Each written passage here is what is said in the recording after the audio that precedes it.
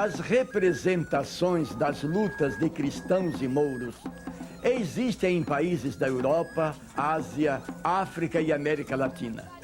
Elas chegaram na América com os portugueses e espanhóis. Na Península Ibérica, essa festa celebra a reconquista de territórios que haviam sido ocupados pelos mouros ao longo de 7 séculos. Os mouros eram muçulmanos, considerados infiéis pelos cristãos. No Brasil, o espetáculo de rua Lutas de Cristãos e Mouros é uma recriação daquelas festas europeias.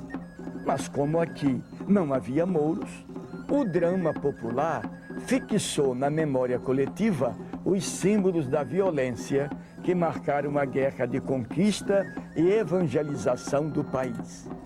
E o papel dos mouros acabou sendo desempenhado pelos índios, considerados pagãos e que foram convertidos ao cristianismo pela igreja. Na Bahia, as festas de cristãos e mouros estão concentradas no extremo sul, onde aconteceram os primeiros contatos entre portugueses e ameríndios em 1500. Nesta região, a festa dos cristãos e mouros tem uma particularidade que não aparece em outros lugares do Brasil. O motivo da guerra é a disputa pela posse de uma imagem de São Sebastião. Foi no extremo sul, nas cidades de Caravelas e Nova Viçosa, a quase 1000 quilômetros de Salvador, que foram registradas as festas que aparecem neste documentário. São mostradas também cenas de um filme feito em 1972 sobre a festa de cristãos e mouros de Alcobaça, outra cidade do extremo sul baiano. Estas sempre acontecem no mês de janeiro, no período em que se comemora o Dia de São Sebastião.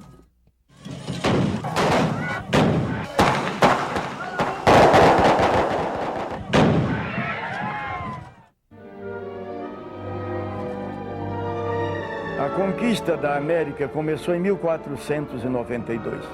Neste mesmo ano, os espanhóis reconquistaram Granada, o último território ocupado pelos mouros na Península Ibérica.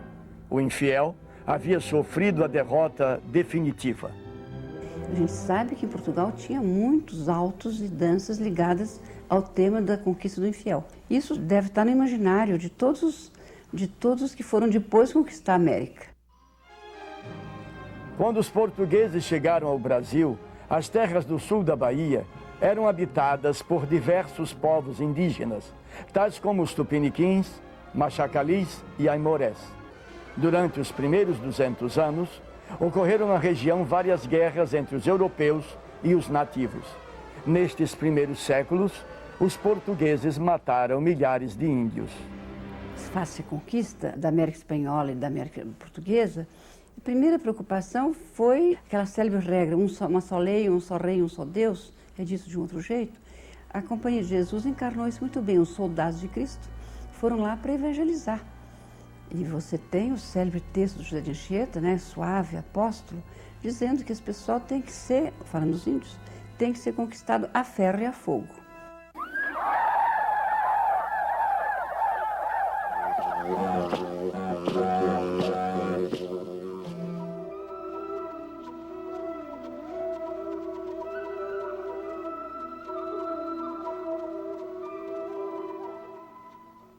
Os padres usaram também a dança e a música para evangelizar os índios. Com espada e festa, a conquista portuguesa no extremo sul estaria consolidada a partir de 1700, ano da criação da vila de Caravelas. Naquela época, as igrejas do extremo sul da Bahia eram subordinadas à Diocese do Rio de Janeiro, cujo padroeiro é São Sebastião.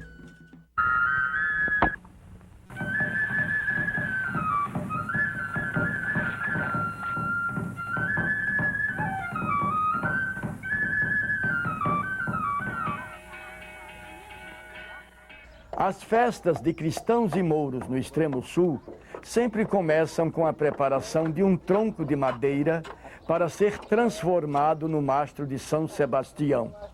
Na noite anterior ao levantamento do mastro, saem pelas ruas das cidades os bandos anunciadores da festa. Amanhã começamos a luta entre mouros e cristãos, levantando o grande mastro de São Sebastião. Amanhã, bem cedinho, ao trinar dos passarinhos, quando houver o foguete e a gaita cantar, é o tambor fazendo ritmo, é para todos se alertar. Amanhã, muito cedinho, aos trinados passarinhos, todos devem se achar na praça da igreja, cheios de gozo e desejo para o grande mastro levantar. E depois seus pessoal, a bandeira desfaldada, aos ares brilhando tanto, os mouros, bravo e valente, acelera toda a gente para tomar este santo. Coragem, povo cristão, para a grande guerra travarmos, quando tirarmos da gruta, da mão dos traiçoeiros, o nosso nobre guerreiro e travarmos terrível luta. Povo da minha terra, daremos um eco bendito, que suba até o infinito, em sinal de devoção. Quando erguer este estandarte, gritem por toda a parte, viva São Sebastião!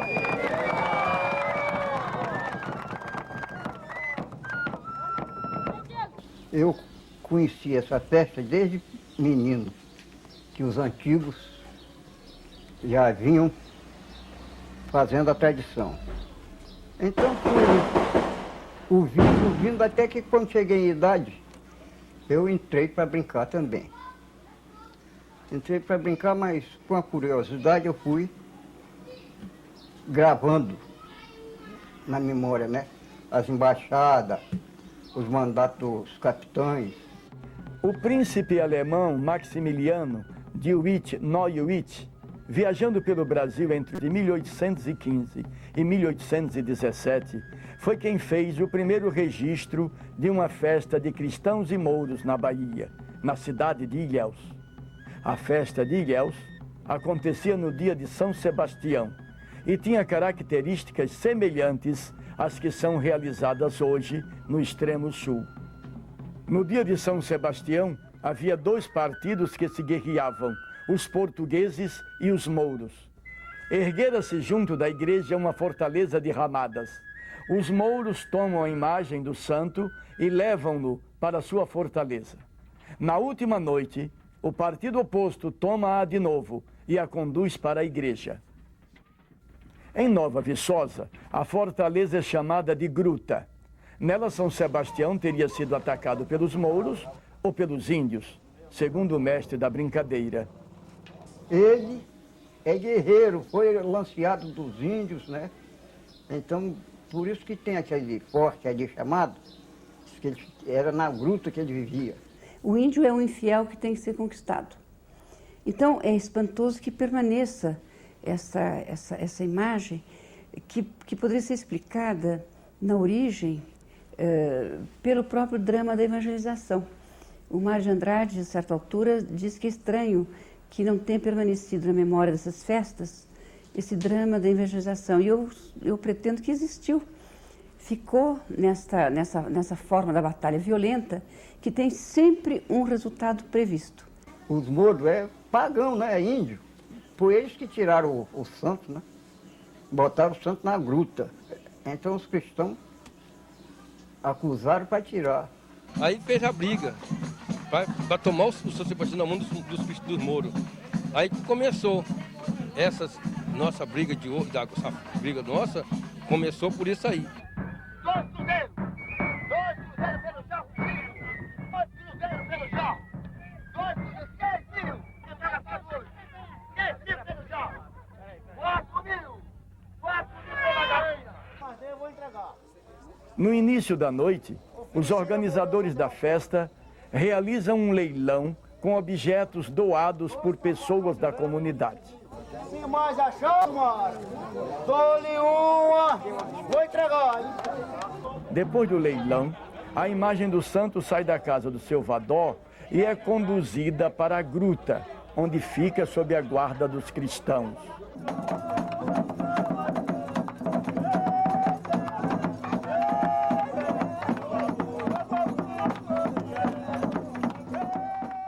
Os mouros vão roubar o santo, vai sair correndo com esse santo, vai esconder o santo, para os cristãos não saberem onde está. Os mouros esconderam o santo, depois os cristãos lutaram para tomar dos índios, e tomaram. Amanhã cedo vão começar a batalha, a briga, as embaixadas, que é para nós falar onde é que está o santo. Dá licença, entrar em seu batalhão!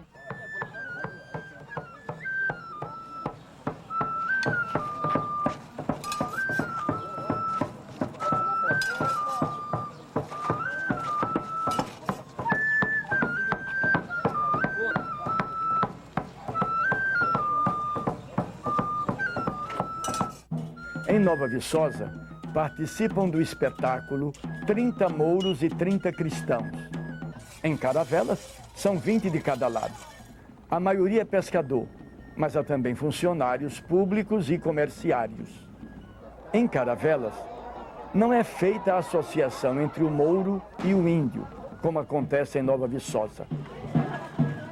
É a história de luta entre duas facções. De um lado, os cristãos representam o bem, se vestem de azul e levam uma bandeira com a cruz de Cristo. Do outro lado, os mouros, são os infiéis. Eles representam o mal e se vestem de vermelho e levam uma bandeira com a estrela e a meia-lua. Em Caravelas, os mouros desembarcam na costa. A captura do santo só acontecerá depois da primeira embaixada. A embaixada é uma espécie de missão diplomática em que os personagens, embaixador e capitão, representam uma vigorosa disputa verbal. Neste grandioso teatro de rua, os mouros ameaçam os azuis se estes não abandonarem o cristianismo. O capitão dos mouros manda o embaixador levar a sua mensagem. Novo embaixador deu um passo à frente. Vai em campo de batalha e diga ao capitão cristão que dentro de poucos minutos estarei em campo de batalha. Não sim para derramar sangue, mas sim para dar a mão de amigo. Se caso assim aceitares, seremos grandes amigos. E se caso assim recusares, entrarei em campo de batalha e lá lhe botarei o castigo. Vai, embaixador, e dessa embaixada.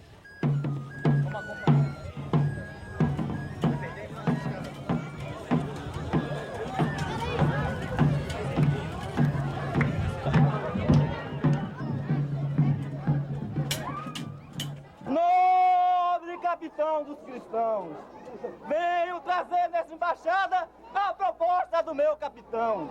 Ele manda vos dizer para abandonar o cristianismo, esquecer aquele Deus de engano, de profanações e de mentira, e pede para abraçar a lei do ouro e da prata. Caso Vossa Excelência se recusar, muitos corpos serão tirados do chão e o sangue derramado por terra. Dê-me a resposta, capitão! Olha, embaixador, tanto você como o seu capitão são loucos. Tu és amigo de Satã. Quando tiver embaixada agora, não mande um homem igual a tu. Vê ele em pessoa e digno. Segue, embaixador. Voltei, capitão. Voltei para acabar com esta sua ilusão. Se aceitar a nossa proposta, daremos as mãos de amigo. Mas se recusar, passaremos todos os cristãos a fio de espada. Começando por você e esses covardes soldados. Seu atrevido escolhido! Se não fosse eu conhecer a lei de embaixador, seria de exemplo para o seu imperador. Volte e diga a teu grande capitão que eu não tremo nem tremerei a lei de qualquer algum. Segue, embaixador. O capitão dos cristãos manda seu embaixador dizer que se os mouros não se converterem ao cristianismo, dentro de instantes começará a guerra. Todos os valores que tem o nosso soldado no nosso punhal de espada. Segue, embaixador, e traga boa resposta.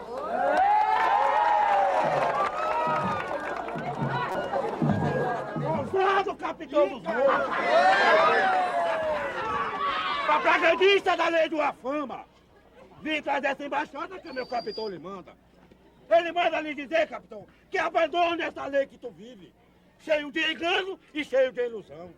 Creia na Virgem Maria, creia no Deus que nos cria, creia no Deus que nos tem. Ou tu manda a resposta, ou sua cabeça vem. Olha, embaixador, essa tua embaixada me está repugnando. Quem pensa que tu és? Respeite-me sim, perante aqui os meus soldados. Não quero te maltratar, porque eu sei o que é uma lei. E assim mesmo, faça o favor de não voltar aqui pelo seu Cristão. Porque se caso tu voltares, receberá o castigo que merece. Volta atrevido, embaixador. Os dois lados não se entendem. A batalha é inevitável. Os capitães preparam o momento do combate. Quando as duas varas, chamadas de piques, se cruzam no ar, os soldados começam a luta.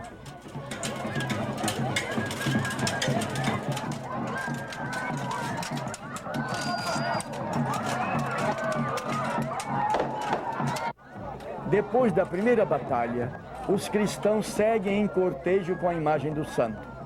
Os mouros fazem várias emboscadas e tentam tomar a imagem das mãos dos cristãos.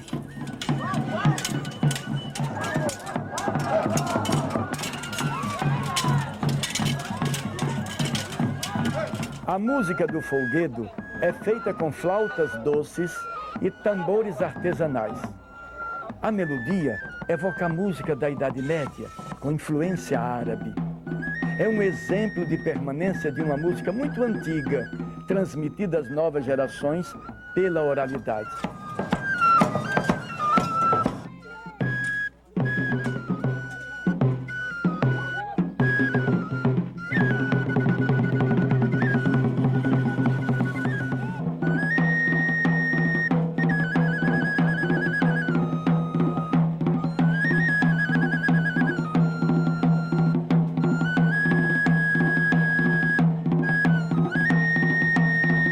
As embaixadas são os momentos mais densos do espetáculo em Caravelas.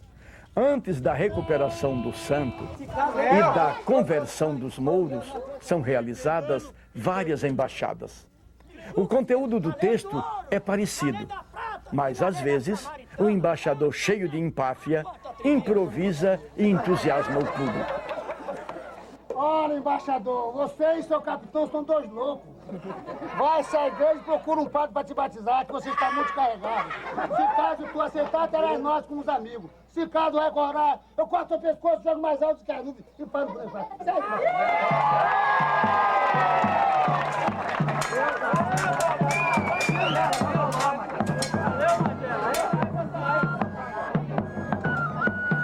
Olhe, capitão, eu voltei mais uma vez. Voltei sim, com meus pés fortes e firmes nesta terra. Não vim para receber atrevimento, não, capitão. E nem essa risadazinha sua que você tem falsa.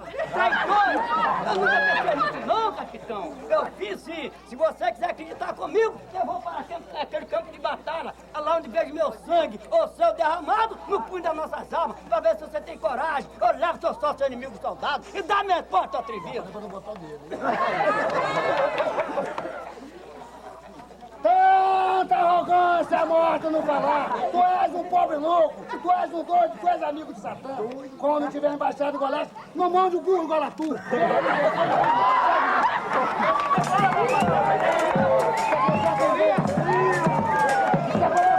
O embaixador é aquele que leva a mensagem. Não tinha um embaixador, quando era o embaixador da Turquia, que ele só aqueles vezes embaixador, capitão na Turquia, em Roma, ele só acreditava na cira, ele não acreditava em nada. Era dinheiro. A situação era dinheiro, é ouro. Ele não crê em santo, ele não crê em Deus, ele não crê em nada. Eles são pagãos mesmo, são livres. Os cristãos não, os cristãos são propriamente católicos, são da lei cristã, aí só creem em Deus, é na lei do batismo, é na lei do que for de santo, é isso que eles creem. Eu considero isso a base de uma série de festejos, que é, de um lado, o representante do cristão, ou seja, do fiel, ou seja, do governo, ou seja, da religião, aquilo que está dentro da ordem. Do outro lado, você tem o mouro, que é o infiel, o que não obedece à fé cristã, o que não obedece ao rei, que recusa o poder do rei, encarnado também pelo índio, por que não? Em Caravelas, a lembrança do drama da evangelização está diluída em lampejos de memória quase perdida. Isso aí foi uma brincadeira que surgiu, uma festa folclórica, né? Negócio de terno de reis, negócio. Então você tem textos já do padre Fernão Cardim, da Companhia de Jesus, onde ele descreve festas no litoral do Espírito Santo e mesmo na Bahia. Cada vez que vinha um padre visitando a aldeia, havia companhias de reis já naquela época, feito com os índios, e que cantavam ou a moda deles, como diz o Fernão Cardim, ou a moda portuguesa. Então surgiu essa festa de São Sebastião, porque na justa causa ele foi um guerreiro, né? Lutou pela pobreza, pela humanidade. Aí entra elementos da religião católica, do culto aos santos, da religião popular. Então, o alimento das manifestações estaria na religiosidade e na fé. Faz parte do culto a São Sebastião esse tipo de dança. É a nossa devoção. É a nossa devoção e já viu como é que é, né? São Sebastião. E apesar de que é um santo guerreiro, um santo que nos deu primeiramente Deus, e Ele nos dá muita saúde para que nós, para o ano todo, voltar a lutar na festa dele. É. Em Caravelas, às vezes, a luta chega a produzir ferimentos nos combatentes. Para os cristãos, ele leva a espada. É o ponto da cabeça. Então, os mouros têm direito, a obrigação de cruzar a espada e segurar, porque não deixa ela correr, porque se correr, corre.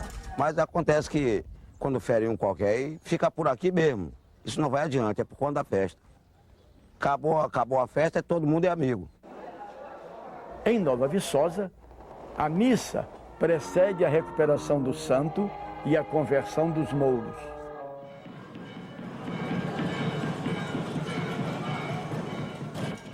Depois da missa, os dois grupos voltam a se enfrentar.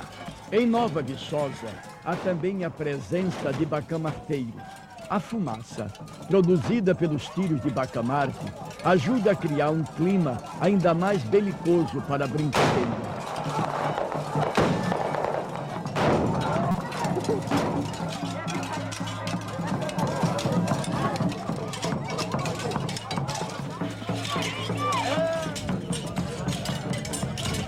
A última embaixada é a da recuperação da imagem do santo, que foi roubada pelos mouros no início da festa.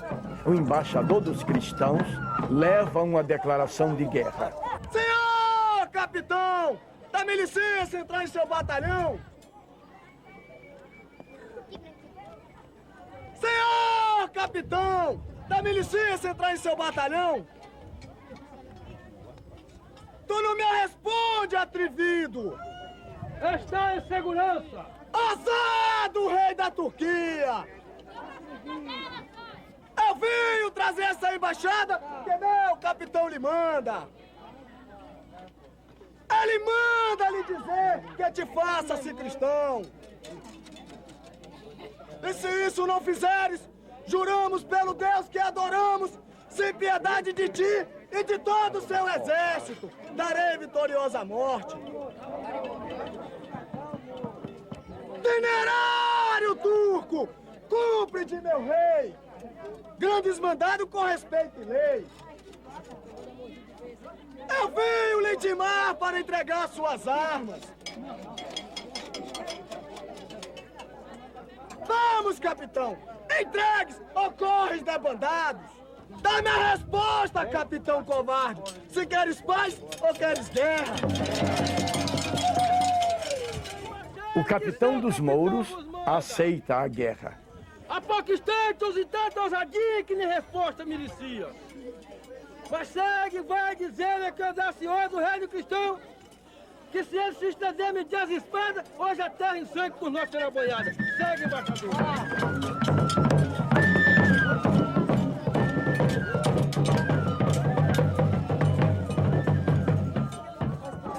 Senhor capitão do cristão, dá-me licença entrar no seu batalhão?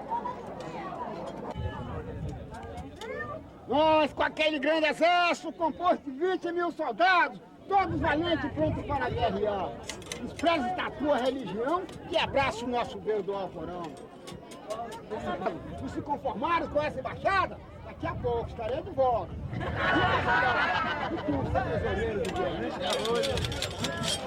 Tem minha resposta, capitão covarde, que eles fazem o que eles querem. Guerra!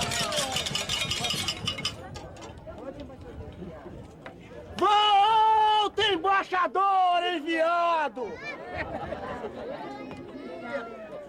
Não faço o que tu merece, porque tu sois mandado. Mas volte, diz a ele se a lei por ele for proclamada. Juramos pelo Deus que adoramos, que hoje por nós será tomada. Enquanto a ti, embaixador, meia volta que a vitória é nossa.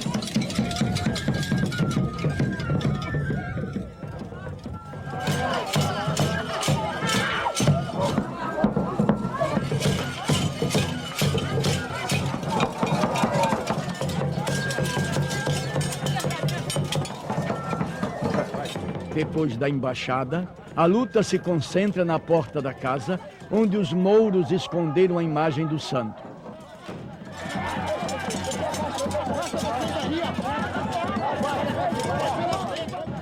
Os cristãos recuperam a imagem e, acossados pelos mouros, seguem para a igreja.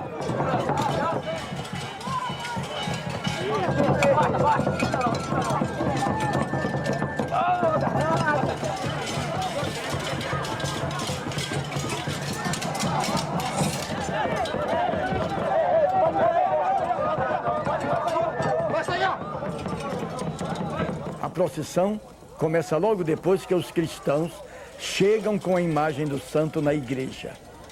Durante todo o cortejo, cristãos e mouros se enfrentam, lutando e dançando um bailado de rua. No final da procissão, os cristãos destroem a gruta.